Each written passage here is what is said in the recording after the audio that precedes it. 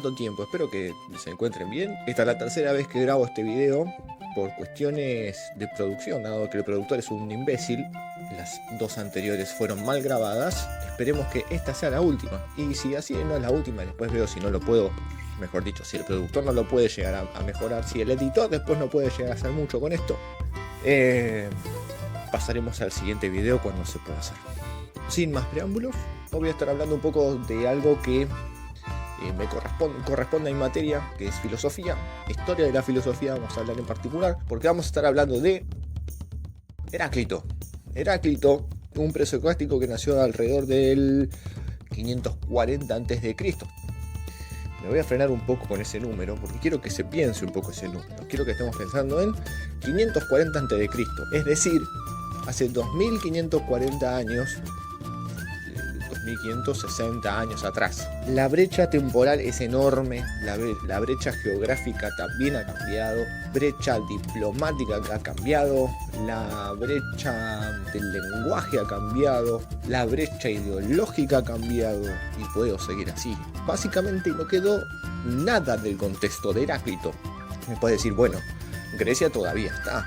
Sí, Grecia está, pero lo que fue la construcción diplomática y política de Grecia antigua no sigue siendo la misma. Antes Éfeso le correspondía a esta sección, a este sector. Heráclito nació en Éfeso y esto era considerado parte de Grecia.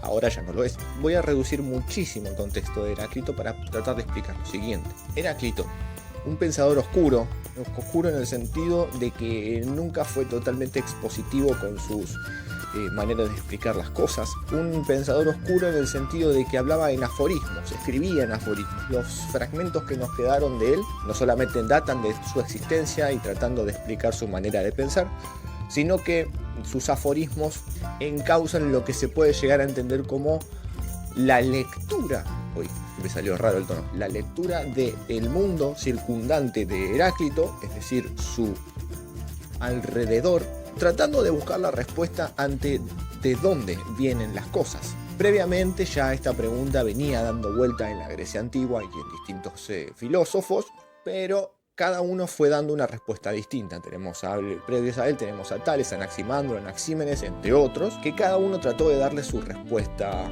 un poco natural. Heráclito trata de darle una respuesta también natural con un elemento en particular. Heráclito nos dice que el fuego es el creador de todas las cosas. El fuego entendido como aquella cosa que aunque lo podamos ver no se puede contener, que está en un constante cambio. Las llamas, no digo el animal, sino digo las llamas, el fuego, es una composición elemental no corpórea. No tiene un cuerpo, no tiene una forma. Más o menos todas las llamas se parecen, pero ninguna va a tener la misma forma jamás. El fuego en Heráclito no es algo necesariamente específico elemental del fuego, sino es algo simbólico, y esto es lo primero que habla Heráclito. Heráclito entiende el símbolo del fuego y no solamente piensa en el símbolo del fuego, sino que además utiliza el símbolo de los aforismos para poder explicarse. Heráclito tiene muchos fragmentos, de los cuales por una cuestión de falta de producción no los tengo a mano.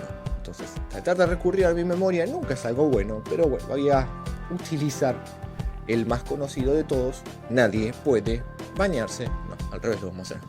Nadie puede bañarse dos veces en el mismo río. Nadie puede bañarse dos veces en el mismo río. Se ha hecho una larga comprensión, tampoco requiere de mucho esfuerzo poder pensar esto, pero te voy a dar un segundito para que lo puedas pensar y ver qué conclusión podés sacar de esa frase. Puedes cambiar, si querés, cambiar el concepto de río.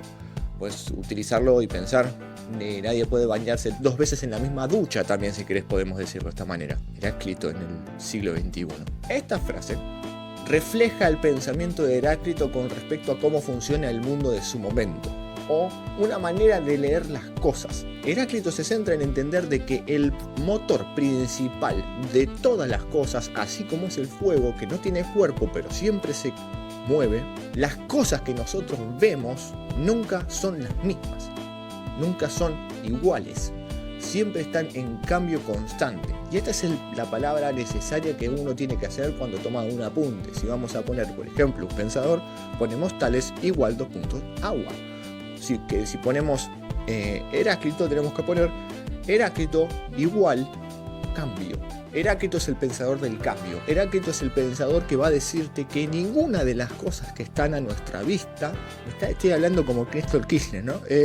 Ninguna de las cosas que están a nuestra vista permanecen en su totalidad. Algo todo el tiempo cambia. También se puede hacer una comparativa con, ¿cómo se llamaba? El barco de mierda, ¿cómo se llamaba? El barco de Teseo. ¿Teseo era? Bueno, vamos a decir el barco de Teseo. Que correspondía a ese mismo tipo de cuestión.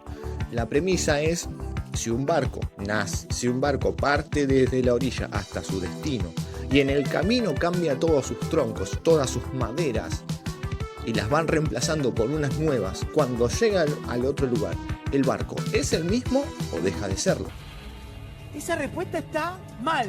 Heráclito propone lo mismo. Cuando vos te metés al río y te bañás, el agua que viene nunca va a ser la misma. El agua es constante, sigue siempre su curso y sigue siempre avanzando y moviéndose. Y, paso más, la persona que entra al río, la persona que entra a la ducha, si querés pensarlo de alguna manera, es de una manera, y en el trayecto, una vez que entra al río, se baña y luego sale, una vez estando afuera, luego de secarse, cuando te secas con la toalla, ya no sos la misma persona tampoco. El cambio es constante, el cambio es permanente para Heráclito, el cambio se sostiene. Pero además, más allá de todas las cosas, el cambio tiene un sentido. Voy a tratar de acordarme de memoria uno de los fragmentos, es: la guerra es la madre de todas. La guerra es la madre de todas las cosas. Si no es exacta, voy a colocarla por algún lado acá, pim, pim, pim, pim, pim. ¿Pero por qué? Porque las cosas necesariamente requieren de un motor que cause muerte. Podemos pensarlo de alguna manera pesimistamente. Las cosas deben cambiar. Las cosas deben modificarse. El motor de la guerra, por ejemplo, para Heráclito no es una apología a la guerra, es una apología a que hay que prepararse para nuevos cambios y que esos cambios van a dar lugar a nuevos nacimientos. Heráclito creía que donde una muerte ocurría, aparecía un nacimiento. Bueno, es para medirlo con cierta vara. No vamos a defender a que las guerras son buenas. Heráclito tampoco lo decía de esa manera. No es una cuestión moral, sino que es una cuestión de la naturaleza. Esto es básicamente una manera de poder leer la naturaleza en el momento en el que te encontrás. Bueno, ¿por qué traje todo esto acá? El capitalismo ha hecho cosas asombrosas para el progreso de las personas y cosas horribles para el progreso también de las personas. El capitalismo ha creado a la publicidad y sus medios de comunicación para poder llegar a la gente y que la gente también de alguna manera conecte. Los cambios tecnológicos, los cambios ideológicos, los cambios políticos se están dando de manera abrumadora en nuestra época. Tal vez Heráclito hoy en día vería las cosas con un poco de horror, pensando que el cambio es algo nocivo. ¿Por qué? Porque el cambio que veía Heráclito era una reflexión. Esa era su manera de pensar. Él veía las cosas y reflexionaba e intuía que el cambio era el motor de las cosas. Ahora nosotros podemos ver en constante movimiento las cosas a nuestro alrededor y vemos el cambio tan cerca que no puede darnos lugar a algo que se sostenga en el tiempo. Es muy difícil poder ser estable, no solamente en Argentina, sino en el mundo en el que vivimos ahora, en este momento, porque el tiempo, la producción, te lleva puesto. Voy a ponerlo de esta manera: la comunicación, los lazos amorosos, los lazos familiares, los lazos laborales, los lazos humanos se han visto todos cerrados en un solo lugar que se llama Internet hoy en día. Y voy a cerrarlo en las redes sociales. Voy a poner WhatsApp, Instagram, Twitter. Y dejamos TikTok para otro momento. Todo lo que nosotros hacemos y consumimos antes como cuestiones humanas intrínsecas de nosotros pasaron a tener un intermediario tecnológico llamado red social. Podés ponerle la plataforma que vos quieras. De alguna manera, como fue avanzando el tiempo y el mundo, nos vamos amalgamando entre nosotros y estamos siendo, aunque querramos o no querramos, más iguales los unos a los otros con respecto a nuestras vestimentas, nuestras comidas, nuestros pensamientos y nuestras ideologías. e incluso más vagos, porque por medio del cambio constante que brindan las redes sociales, dejamos que otros hagan lo que nosotros no podemos hacer. Vuelvo al cambio. El cambio tecnológico en las redes sociales es abrumador, no es reflexivo como el que podía llegar a decir Heráclito, porque acá hay un factor que se pierde. Heráclito ve que las cosas tienen un sentido con un motor primero, que es el fuego. Hoy en día el cambio se sostiene, pero no hay un sentido ni un motor primero, porque alguien en algún momento dijo: Dios ha muerto, ya sabemos quién. Y mucha gente compró eso, y se formó una sociedad entendiendo, metafísicamente hablando, carente de un ente que sea necesario para las cosas. Necesario entendido como aquello que no es contingente. Contingente es aquello que puede no ser. Y tan perdidos estábamos en ese foco que ahora encontramos un foco nuevo, el foco monetario. Creemos que todas las cosas que tenemos que hacer, los adultos, tienen que tener un rédito, una manera de poder hacerte un ingreso a tu bolsillo. El rédito monetario es un foco que te puede llegar a servir para poder sostener a tu familia, para poder darte gustos a vos y para poder tener un entretenimiento, un crecimiento personal. Pero no puede ser el centro de todo el movimiento que vos haces. La economía es en un punto necesaria, pero en el punto hay cosas más importantes.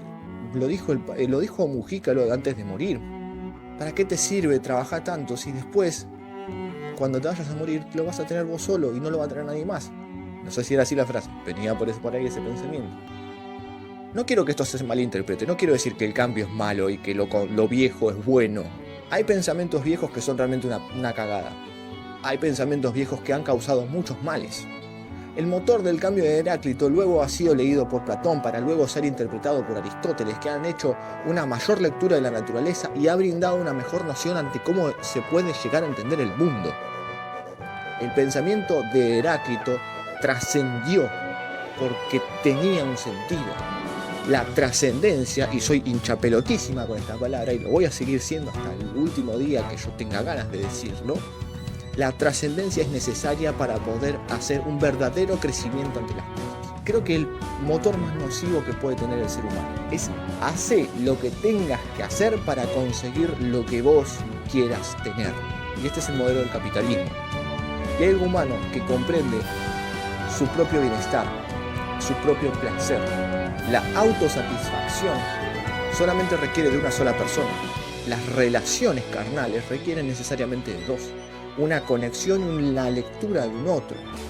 El otro desaparece cuando yo me centro en mí mismo y en mi ombligo y pienso que el cambio ocurre solamente por mí. El cambio es algo mucho más grande, es mucho más pesado y trascendente, porque aunque a nosotros nos cueste entenderlo y hacemos como si nunca fuésemos a morir, un día nos vamos a morir. Y como lo dijo Mujica, ¿de qué te sirven todas esas cosas si vos las tenés guardadas en un galpón si te vas a morir igual? Aunque sea compartirlas con el otro. Iba a llevarnos por el lado de la tecnología y me fui para un lado moralista que no tenía nada que ver, pero bueno, voy a tratar de retomarlo y ver qué dejo de lo que acabo de decir. El problema es el siguiente, es que en el mundo en el que estamos sumergidos, para poder crecer, para poder avanzar, para poder tener un momento de verdadero cambio profundo, se requiere una estabilidad que no se está encontrando. Lo que pasa con Argentina normalmente. No hay un encuentro ante una cosa que me permita decir, bueno, hoy va a ser un día normal, hoy va a ser un día tranquilo. No hay ese momento para poder respirar un poco, dar una bocanada de aire fresco y avanzar. Cuando tantas cosas se mueven hasta nuestro alrededor, nosotros nos movemos con las cosas y caemos dentro de la marea del río. Esa es la diferencia tal vez que puedo utilizar para cerrar esto. En Heráclito te decía, nadie puede bañarse dos veces en el mismo río porque antes el hombre entraba en el río y salía. Ahora el hombre entra en el río y se deja llevar por las aguas. Y las aguas y el humano se convirtieron en una sola cosa. En algo que no tiene ni pies ni cabeza. No era mi idea cerrarlo de esa manera, pero se ve que hoy estoy más pesimista que otros días. De esta manera voy a darle cierre a esto. Si te gustó, compartilo. Si te gustó, dale like. Si te gustó, escríbemelo acá abajo. Si no te gustó, escribilo ahí abajo también. El próximo video veré si es el último o no de esta sección que me ha gustado hacer, que se llama Pensando Patrañas. Y después veré si se avanza a un nuevo formato o no, si vuelvo a hacer lo mismo o no, si cierro el canal o no. Así que quedará para la próxima. Última pregunta que a mí me gusta hacer con este tipo de cosas: si vos crees que el cambio es constante en nuestro momento y que todo esto se resume a dejarse llevar por ello, yo a vos hoy te pregunto, y con esto, ¿qué haces? Adiós.